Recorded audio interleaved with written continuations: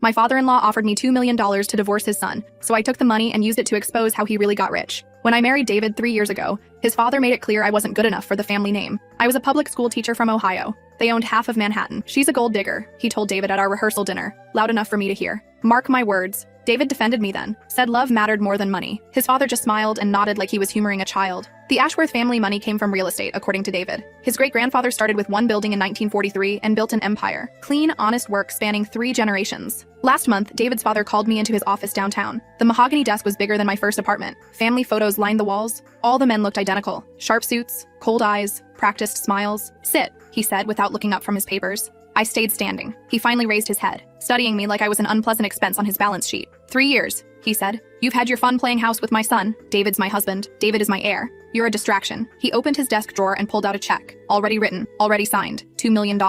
Made out to me. Sign the divorce papers, take the money, disappear. David will get over you. I stared at the check. More money than I'd see in a lifetime of teaching. He loves me. His father laughed. Actually laughed. Love is temporary. Legacy is forever. I'm offering you a very generous severance package. Something in his arrogance broke me. The way he spoke about David like property. About me like I was nothing. And if I say no, then things become difficult. For you, for your family back in Ohio. Your mother's nursing home is expensive, isn't it? My blood went cold. Mom had Alzheimer's. The care facility cost $6,000 a month. How did he know that? You looked into my family? I look into everything that threatens what's mine. He leaned back in his leather chair. The check clears today. The offer expires at midnight. I picked up the check, studied his signature, memorized the account numbers. I need time to think. You have 8 hours. I walked out of his office with the check in my purse and my marriage hanging by a thread. But something was nagging at me. Why was he so desperate to get rid of me? What was he afraid I'd discover? That night, I told David his father had offered me money to leave. He was furious. At his father, not me. But when I mentioned the specific amount, something flickered across his face. $2 million? He asked. That's oddly specific.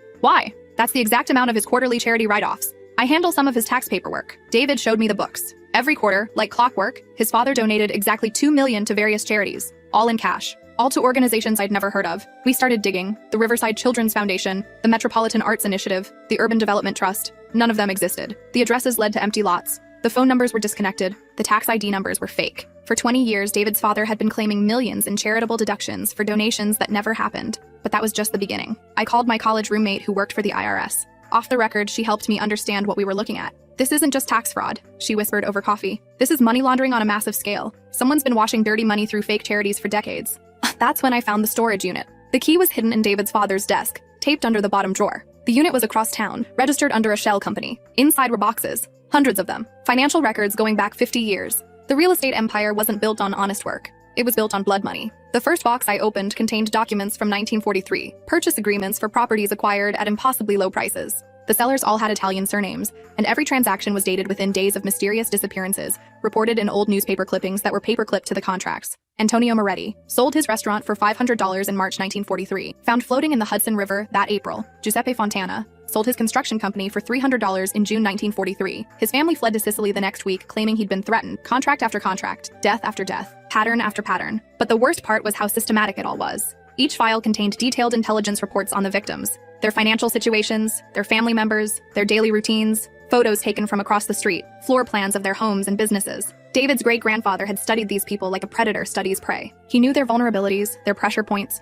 exactly how much fear it would take to make them sign away everything they'd worked for. One file belonged to Vincent Castellano, who owned a small grocery store on the Lower East Side. The intelligence report noted that his wife was pregnant, his eldest daughter was getting married, and he owed money to several suppliers. The psychological profile described him as family-oriented, risk-averse, easily intimidated. The purchase agreement was dated 2 days after a fire mysteriously destroyed half his inventory. The insurance company had delayed payment, citing suspicious circumstances. Vincent sold his store for $200 and a promise that his family wouldn't be harmed. A newspaper clipping from 6 months later reported that Vincent Castellano had died in a construction accident. The site foreman was quoted as saying it was a tragic mishap with a crane. The site foreman's name was Charles Ashworth, David's great-grandfather. I photographed everything, my hands shaking as the scope of the horror became clear. This wasn't just theft or intimidation, it was systematic terrorism, targeting the most vulnerable members of the community. David's great-grandfather hadn't started with one honest building. He'd started by forcing Italian immigrants to sell their properties for pennies on the dollar, then murdering them to eliminate witnesses. I found the second box, which contained bank records from the 1960s. By then, David's grandfather had expanded the operation. Deposits that didn't match any legitimate business income, wire transfers from accounts in the Cayman Islands, and letterhead that made my stomach drop, Lucchese crime family. The correspondence was chilling in its casualness. Letters discussing collections, territorial adjustments, and permanent solutions to ongoing problems. financial statements showing the percentage of laundered money that went to the crime family versus what stayed with the Ashworth operation. But what terrified me most was how the language evolved over time. Early letters were coded, cautious. By the late 60s, they were discussing murder and extortion as routinely as quarterly earnings reports. A memo from 1967 detailed a plan to eliminate rent-controlled tenants from a building on the Upper West Side. The method was simple. Cut off heat and water during winter, hire drug dealers to congregate in the lobby, and wait for families to move out voluntarily. For the families who refused to leave, there were more direct approaches. The memo included a list of 12 families with children. Next to each name was a note. Relocated successfully, required additional persuasion, or permanent solution implemented. I realized I was looking at a systematic campaign of ethnic cleansing, disguised as gentrification. The third box contained records from the 1980s, when David's father took control of the operation. He'd modernized everything. Computer records showed electronic transfers, cryptocurrency wallets, and international banking networks that made the old paper trails look primitive. But he'd also added something new, detailed psychological profiles of his own family members.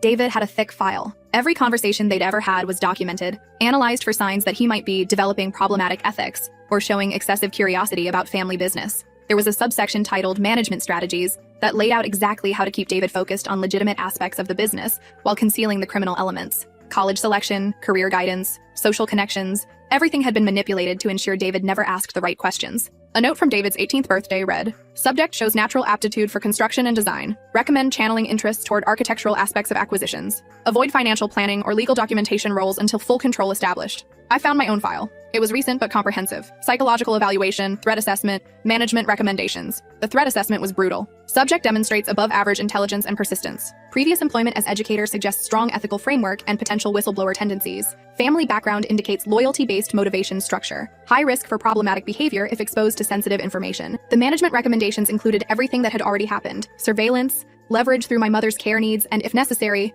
elimination protocols. That's when I found the current operations folder. The Ashworth criminal enterprise hadn't slowed down. If anything, it had expanded. Property acquisitions in 12 major cities, all following the same pattern. Identify vulnerable communities, acquire properties through intimidation or force, then launder the profits through an increasingly sophisticated network of shell companies and fake charities. But they'd also branched into new territories. Human trafficking routes disguised as construction worker placement programs.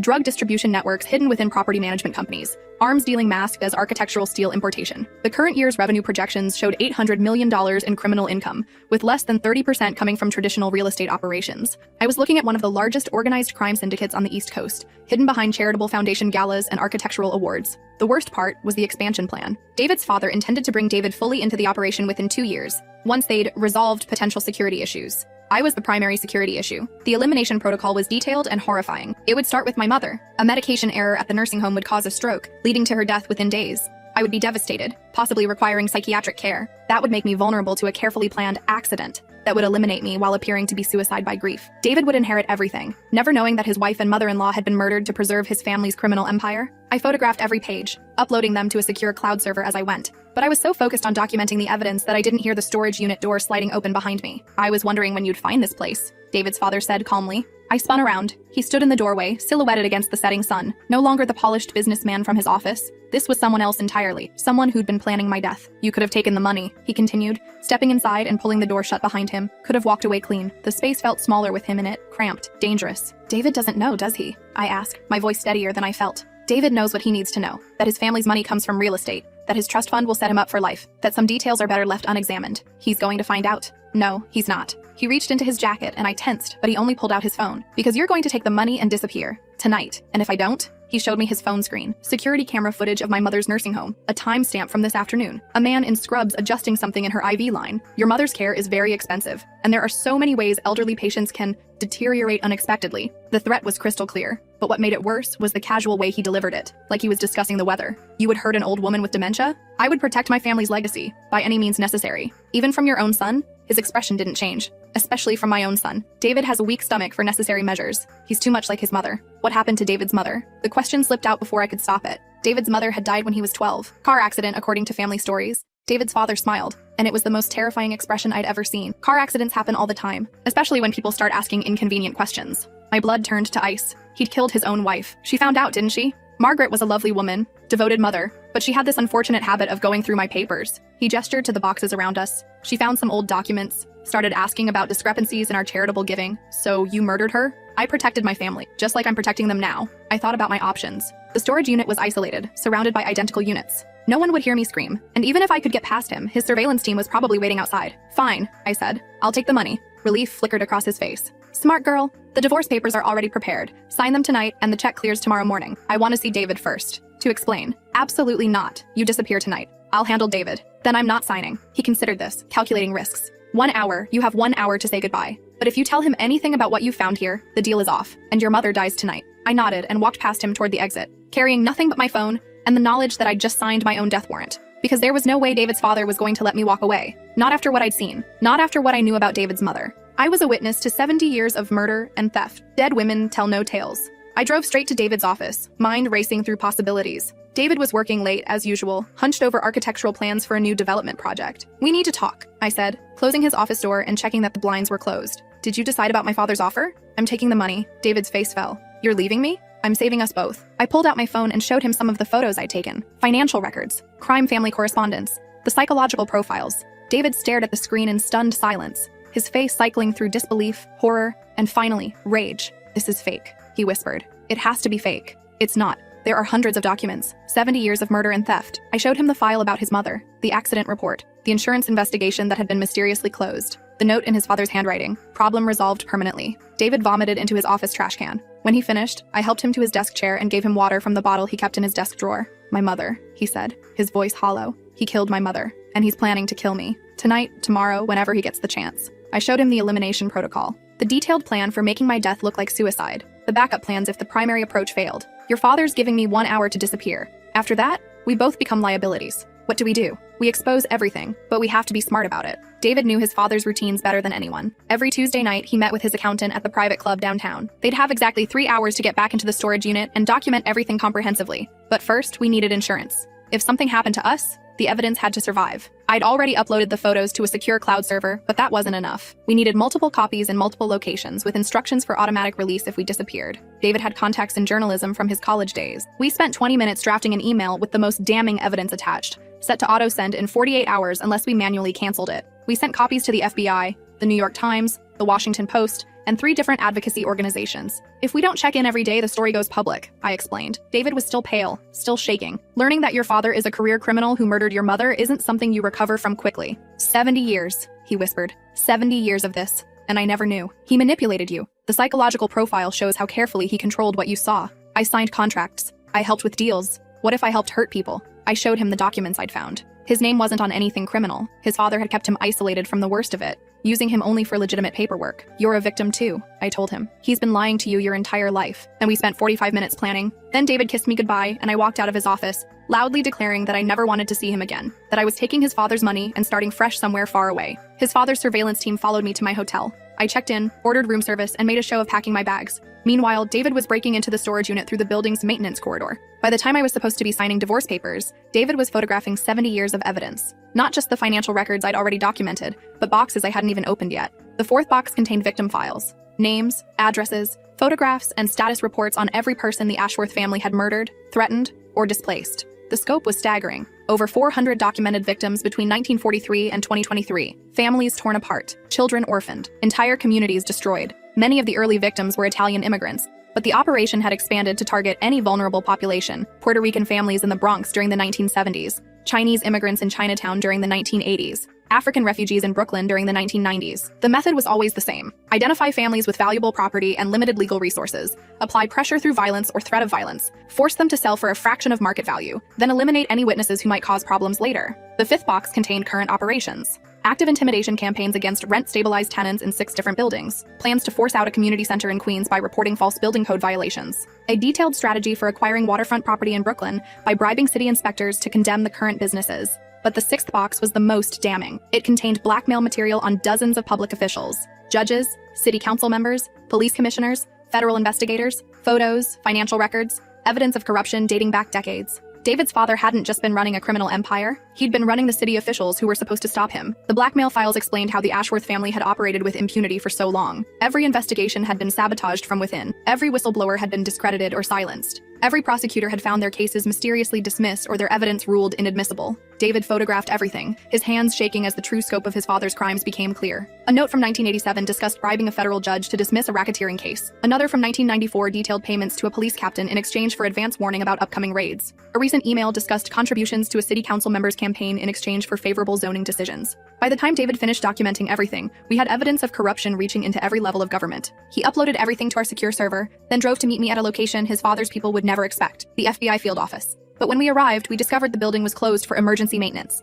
A sign on the door directed visitors to a temporary office across town. "That's not right," David said. "FBI field offices don't close for maintenance." We drove to the temporary location. It was a small office building in an industrial district with very little foot traffic. When we approached the entrance, two men in suits intercepted us. "We're here to speak with Agent Torres about a federal crime," I said. "Agent Torres isn't available. You'll need to make an appointment." Something was wrong. The men were too well dressed for federal agents, and they were wearing expensive watches that suggested their salaries came from somewhere other than government employment. "We'll come back tomorrow," David said quickly. As we walked back to the car, I noticed a black SUV parked across the street, the same model that had been following me for weeks. "They got here first," I realized. "Your father's people are already here." We were trapped. The FBI office was compromised, the temporary location was a setup, and we were being watched by people who'd killed hundreds of others for much less threatening behavior. That's when David had an idea that probably saved our lives. "My college roommate," he said, "Trevor Martinelli. He works for the state attorney general's office. They have jurisdiction over public corruption cases." We drove to a public library and used their computers to send Trevor everything we'd found. Not just the criminal evidence, but the blackmail files showing federal investigators who were compromised. Trevor called within an hour. "This is insane," he said. "I'm looking at evidence of corruption in half the federal law enforcement apparatus in New York. Can you do something with it?"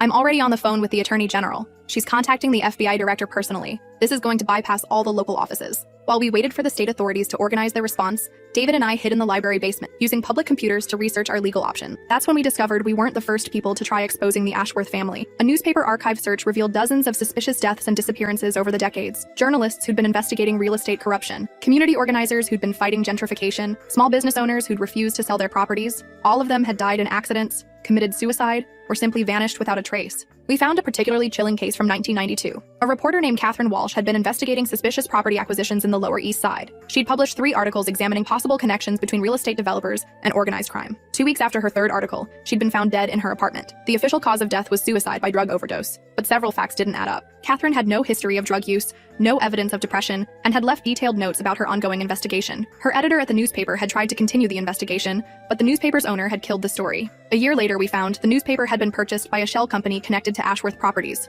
The pattern was consistent across decades. Anyone who got too close to the truth disappeared. Anyone who tried to investigate the disappearances was discredited, fired, or killed. We realized that David's father hadn't just been running a criminal empire. He'd been systematically eliminating anyone who might expose it. And now, we were next on the list. The state attorney general's office finally called back. They were organizing a joint task force with federal authorities who hadn't been compromised. But it would take time to verify which agents could be trusted, and time was something we didn't have. "We need you both in protective custody immediately," Trevor explained. "But we can't use normal FBI safe houses. Too many people know about those locations." We spent that night in a state police barracks 2 hours north of the city, sleeping in holding cells that had been converted into temporary accommodation. The next morning, we learned that David's father had realized we were missing. He'd sent people to the hotel where I was supposed to be staying. When they found my luggage but no sign of me, they'd gone to David's apartment. They'd torn the place apart looking for evidence that we discovered the storage unit. When they didn't find anything, they'd started looking for us. "Your father has put out word that you're both mentally unstable," Trevor explained during a secure phone call. "He's claiming that you've had some kind of psychological breakdown and are making false accusations against your family." It was the same strategy they'd used against other whistleblowers over the decades.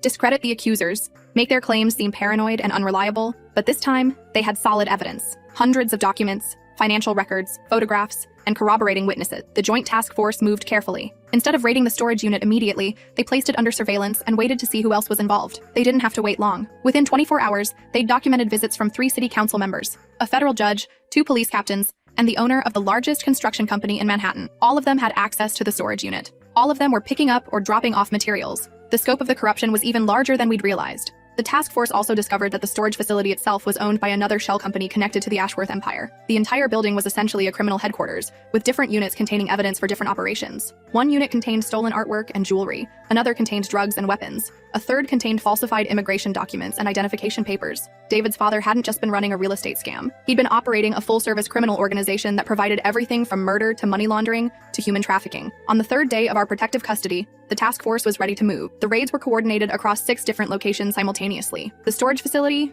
David's father's office, his home, the private club where he met with associates, and 2 different banks where he maintained accounts. We watched the news coverage from our safe house, seeing our life implode in real time. FBI raids result in arrests of prominent real estate family, 70-year criminal enterprise uncovered, money laundering operation with ties to organized crime. But the most important footage showed David's father being arrested at his private club, handcuffed in front of Manhattan's financial elite. For the first time in his life, he couldn't control the narrative. The accountant flipped immediately, providing testimony that connected the Ashworth family to active criminal operations in 12 cities. So did the construction company owner, the city council members, and eventually, the federal judge. When people started talking, the whole system collapsed. By the end of the week, 47 people had been arrested. By the end of the month, that number had grown to over 100 as the investigation expanded to other cities where the Ashworth organization had operated. The reporters focused on the human cost, families who'd been forced to sell their businesses, immigrants who'd fled in terror, communities that had been destroyed through systematic violence and intimidation. David was devastated. Everything he'd believed about his family, his inheritance, his identity, all of it was built on blood and fear. "I signed contracts," he said, staring at news footage of protesters outside Ashworth properties.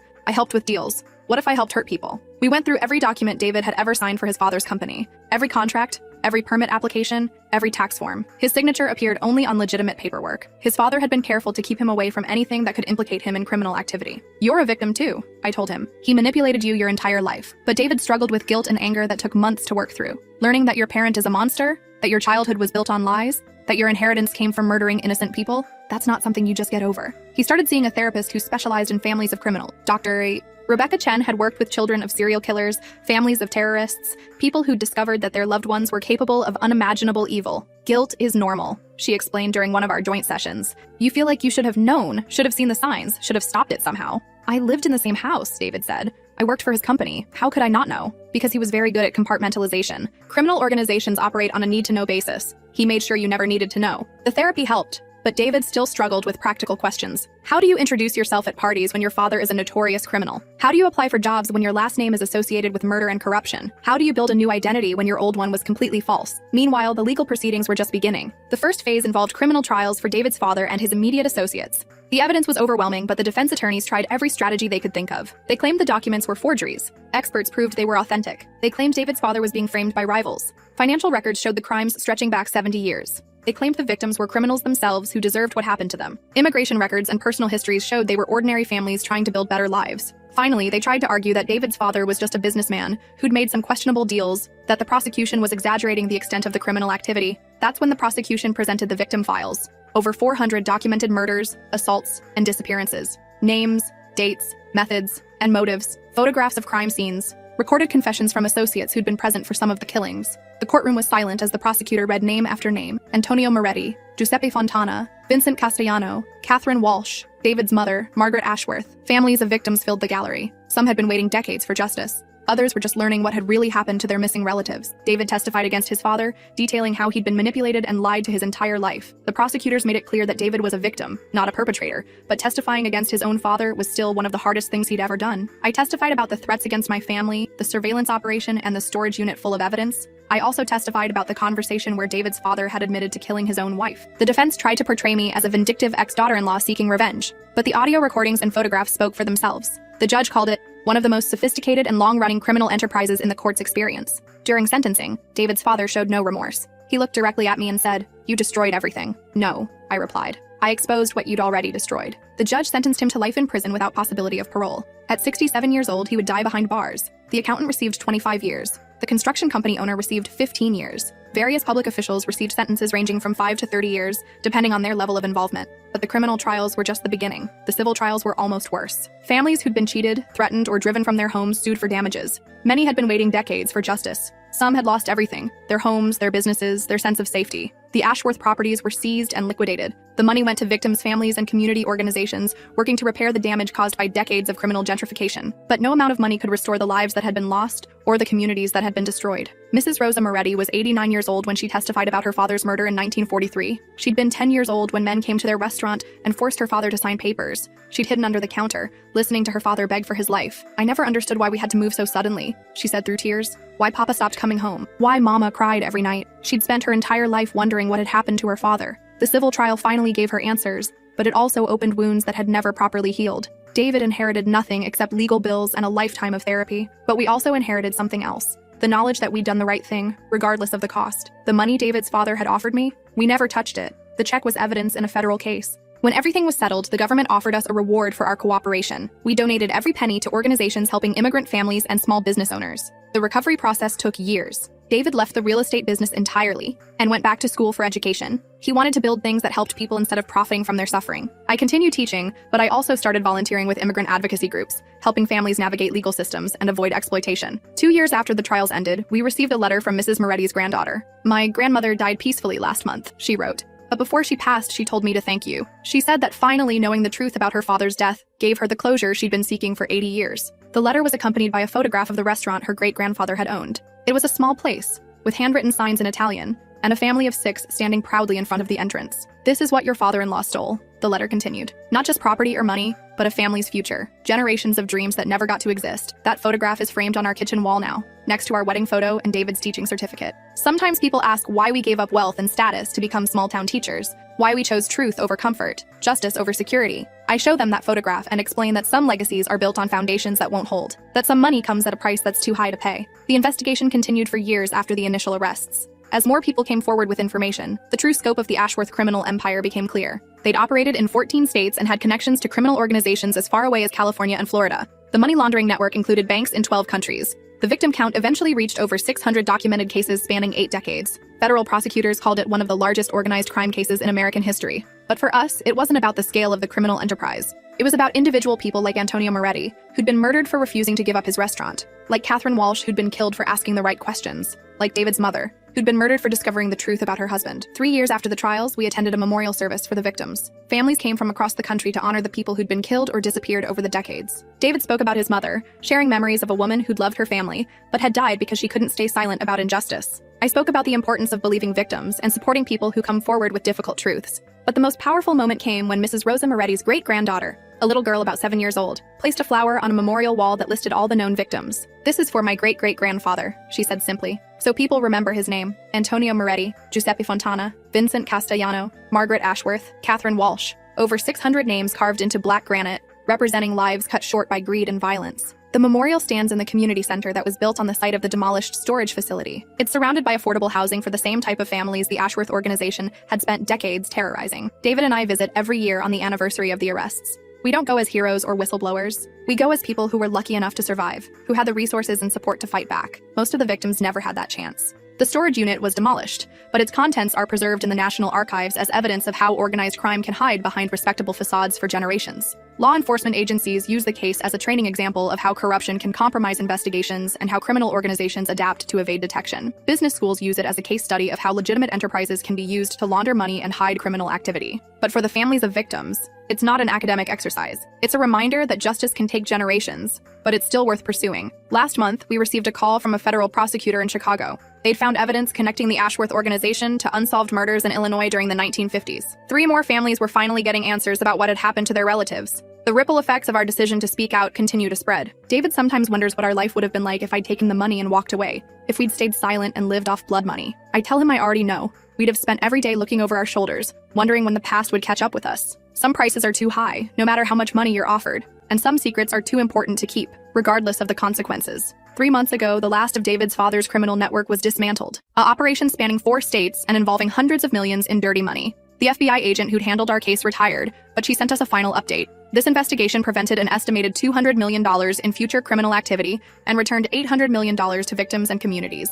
None of it would have been possible without your courage. The letter sits in our kitchen drawer, next to thank you notes from families who'd gotten justice after decades of waiting. David frames houses now instead of buying them. He teaches high school kids about architecture and construction, showing them how to build things that last for the right reasons. Sometimes his students ask about his family background. He tells them honestly that his father was a criminal, that wealth built on hurting others isn't really wealth at all. "But you gave up millions of dollars," one student said. "Don't you regret it?" David showed them the photograph of Antonio Moretti's restaurant. "This family built something beautiful," he said. "My father destroyed it for money he didn't need. Which legacy would you rather leave behind?" I still teach elementary school, but now I also volunteer with immigrant advocacy groups, helping families navigate legal systems and avoid exploitation. Sometimes parents ask how to teach their children about standing up to powerful people who do wrong things. I tell them about Mrs.